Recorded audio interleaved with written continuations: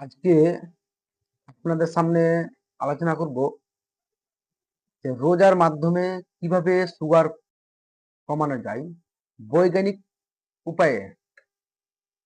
এই ব্যাপারে বৈজ্ঞানিক কি বলে? রোজা শুধু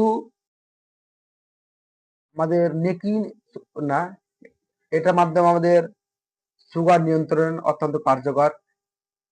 সঠিক নিয়মে রোজা রাখার মাধ্যমে আমাদের টাইপ 2 ডায়াবেটিস প্রতিরোধ ও নিয়ন্ত্রণ করা সম্ভব।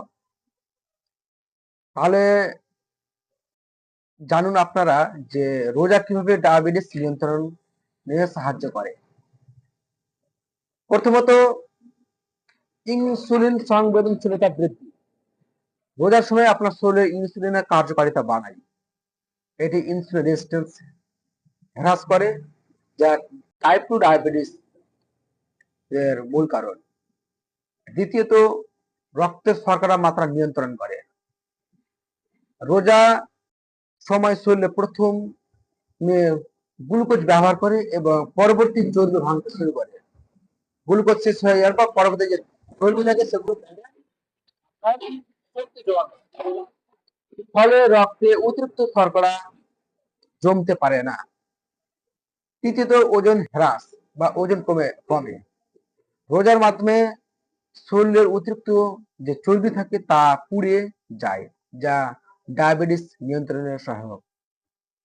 ওজন কমলে রক্তের শর্করা মাত্রা স্বাভাবিক থাকে। অটোফেজি প্রক্রিয়া।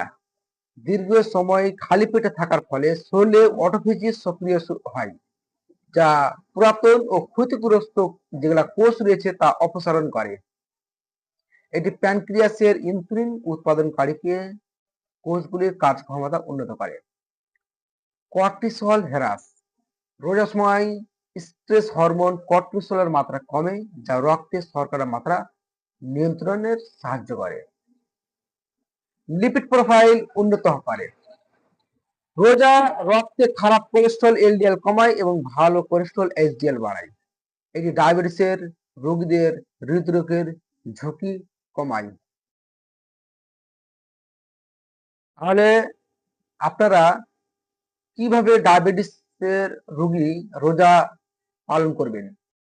আমরা কিন্তু রোজা রাখি, কিন্তু রোজা যে কোন কোন খাওয়ার মাধ্যমে আমাদের যে স্বাস্থ্যের উপকারিতা কিন্তু আমরা জানি না। এটা আমরা সবাই জানি যে রোজার মাসে মানুষের শরীর সুস্থ হয়। আরো সুস্থ হবে যদি আমরা সঠিক খাদ্য গ্রহণ করি। তাহলে পরামর্শগুলো পয়েন্ট বাই পয়েন্ট বলবো। প্রথমে অবশ্যই ডাক্তারের পরামর্শ নিন। রোজা শুরু করার আগে আপনার ডাক্তারের সঙ্গে পরামর্শ করুন।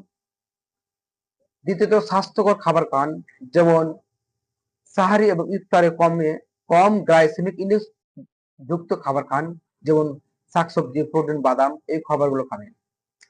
চিনি এবং প্রসেস খাবার এড়িয়ে চলুন, যেটা প্রক্রিয়াজাত বা কোম্পানির ম্যানুফ্যাকচারে যে খাবারগুলো তৈরি হয় সেই খাবারগুলো থেকে এড়িয়ে থাকুন। পানি যথেষ্ট পরিমাণে খান। ইফতার থেকে সাহারি পর্যন্ত পানি পান করুন। পর্যাপ্ত পরিমাণে পানি পান করবেন। রক্তে শর্করা পর্যবেক্ষণ করুন। রোজার সময় নিয়মিত রক্তে শর্করা মাত্রা পরীক্ষা করুন। মাঝে মধ্যে অবশ্যই চেষ্টা করবেন। সতর্কতা কিছু বলি, যেমন ইনসুলিন ব্যবহারকারী, যারা ইনসুলিন ব্যবহার করেন তারা রোজা রাখার আগে অবশ্যই সতর্ক থাকতে হবে। যদি রক্তে শর্করা মাত্রা অতিরিক্ত কমে যায়, অর্থাৎ হাইপোগ্লাইসেমিয়া বেশি বেড়ে যায়, হাইপার গ্লাইসেমিয়া, তবে রোজা ভেঙে ফেলা উচিত। রোজা সুগার রোগীদের জন্য শুধু শারীরিক, মানসিক ও আধ্যাত্মিক প্রশান্তি বয়ে আনে। সঠিক নিয়মে রোজা রাখুন এবং সুস্থ জীবনযাপন করুন।